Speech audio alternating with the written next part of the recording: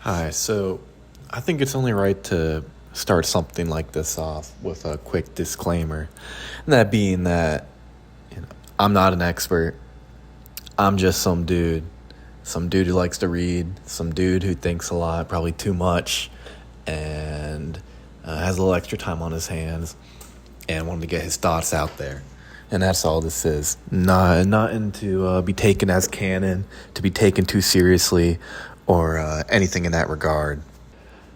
Now you can probably see from the title what this is about, what I'm going to be talking about, and for those of you who do not know what the Lost Generation is, I'll do a quick little description for you. But I encourage you to do some research. It's a very fascinating topic.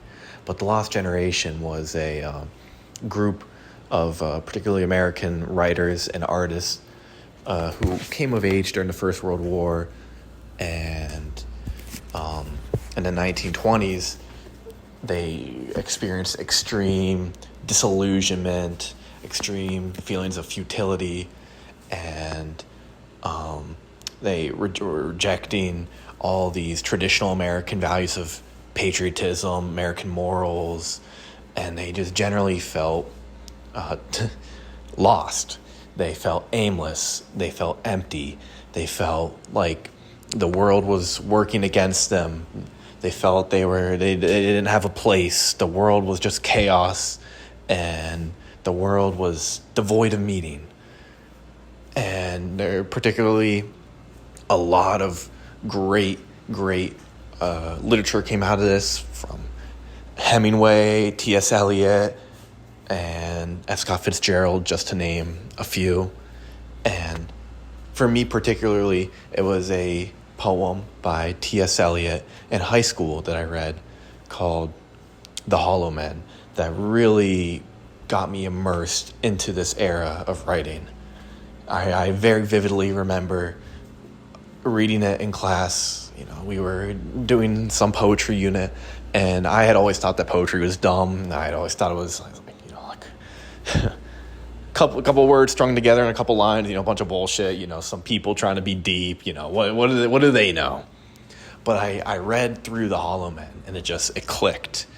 And that feeling, the feelings that T.S. Eliot conveys through it, of just, complete and utter disillusionment with what the world has become as a result of World War I and the society post-war. It was something that it really resonated with me. And from there on out, I've read tons of work from him, particularly Hemingway and F. Scott Fitzgerald. These writers seem to get how I was feeling about the world. Reading A Movable Feast, or The Sun Also Rises, or Great Gatsby, it felt like experiencing a different world, but through the same lens that I was viewing my own world in. It felt like I found literature that they understood where I was coming from and how I was viewing the world. And now I'm, in my early 20s, and obviously you change a lot as you age, and in this particular point in my life, this is how I'm feeling. But I have noticed among a ton of people my age this very similar feeling of disillusionment, of complete futility. And I think, that's why this generation of writers has really resonated with us Gen Zers. It feels like they share a very similar worldview to us. And I don't want this to sound like I'm comparing our experiences as Gen Z to that of these people who went to war and experienced all the atrocity of World War I, because in reality, anything we've experienced does not compare to that in the slightest. But I don't think that should discount this feeling of aimlessness that our generation generally feels. And I think it can manifest itself in very different ways. And you see a lot of the literature of, for example, in Hemingway and S. Scott Fitzgerald, you see these characters like, the poster boy of it all, Gatsby, who are, living empty lives, aimless lives, and just filling the void with meaningless luxury, meaningless parties, meaningless, alcohol consumption, you name it. And I see so many of my peers doing the same and feeling the same. And it's also this, sense of just complete almost hopelessness that feels to, have taken over a lot of our generation. I think I have more conversations with fellow Gen Zers about nostalgia for the past than I do about hopefulness for the future. It almost seems like a taboo subject for us to talk about the future, to talk about what we think the world is going to be, or how, we could shape the world into this great place. It almost feels like we're afraid to think about that. We spend more time thinking about the past, thinking about the 2000s, the 2010s, looking back, on nostalgia. And nostalgia's a drug, it's killer. But we have this sense of hopefulness, or not hopefulness, hopelessness about the future, it seems, that really can almost be paralyzing. Now, I'm aware of the obvious irony, that being that I'm probably posting this audio over a game like Counter-Strike Source, Quake, or some other old game that evokes strong feelings of nostalgia. But nostalgia, it really seems to have taken a death grip on us.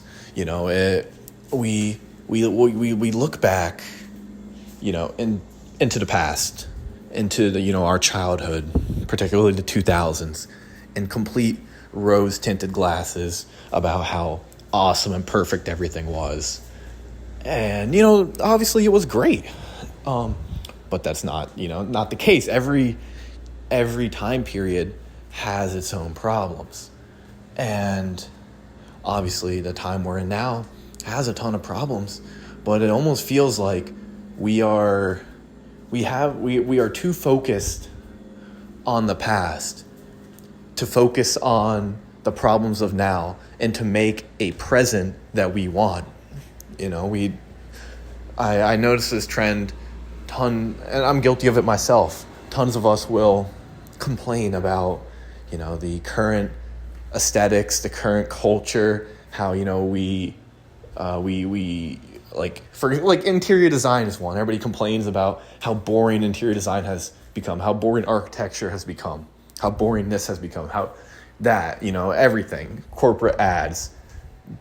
But, it's like we are so focused on complaining and comparing to the past that we aren't actually working to change those problems we have and make a present that we want.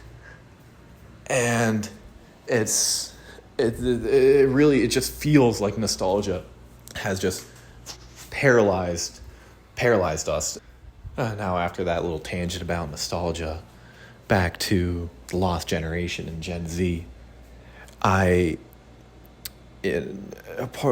of these exceptional writers and artists of the lost generation, part of their creed, so to speak, with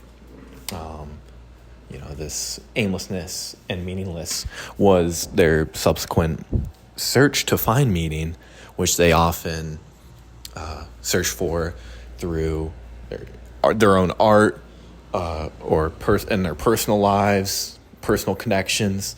But chiefly, obviously, we're talking about writers and artists, so their art.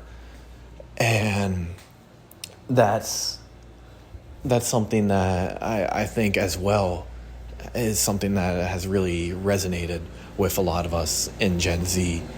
I think compared to prior generations, we are significantly less career driven than other generations. That's not to say, we don't work hard or anything like that, because we do, but this aimlessness, this meaningless that I think applies to so many of us. It's just, we'll work, but at the end of the day, work isn't our life. It feels futile, We're only here for such a short period, so why wouldn't we search for meaning in our personal lives or, our art, as opposed to just trying to be the best you can at work? And I think that as one of the biggest struggles for me personally is finding that meaning, finding what it is in my life to latch on to and to, keep motivating me and keep me going in this world that seems, so devoid of meaning and devoid of aim for me. What is it to keep me going and to, give me meaning and a sense of accomplishment and purpose in this world? And I think on that note, I'll end my rambling there. Thank you for listening.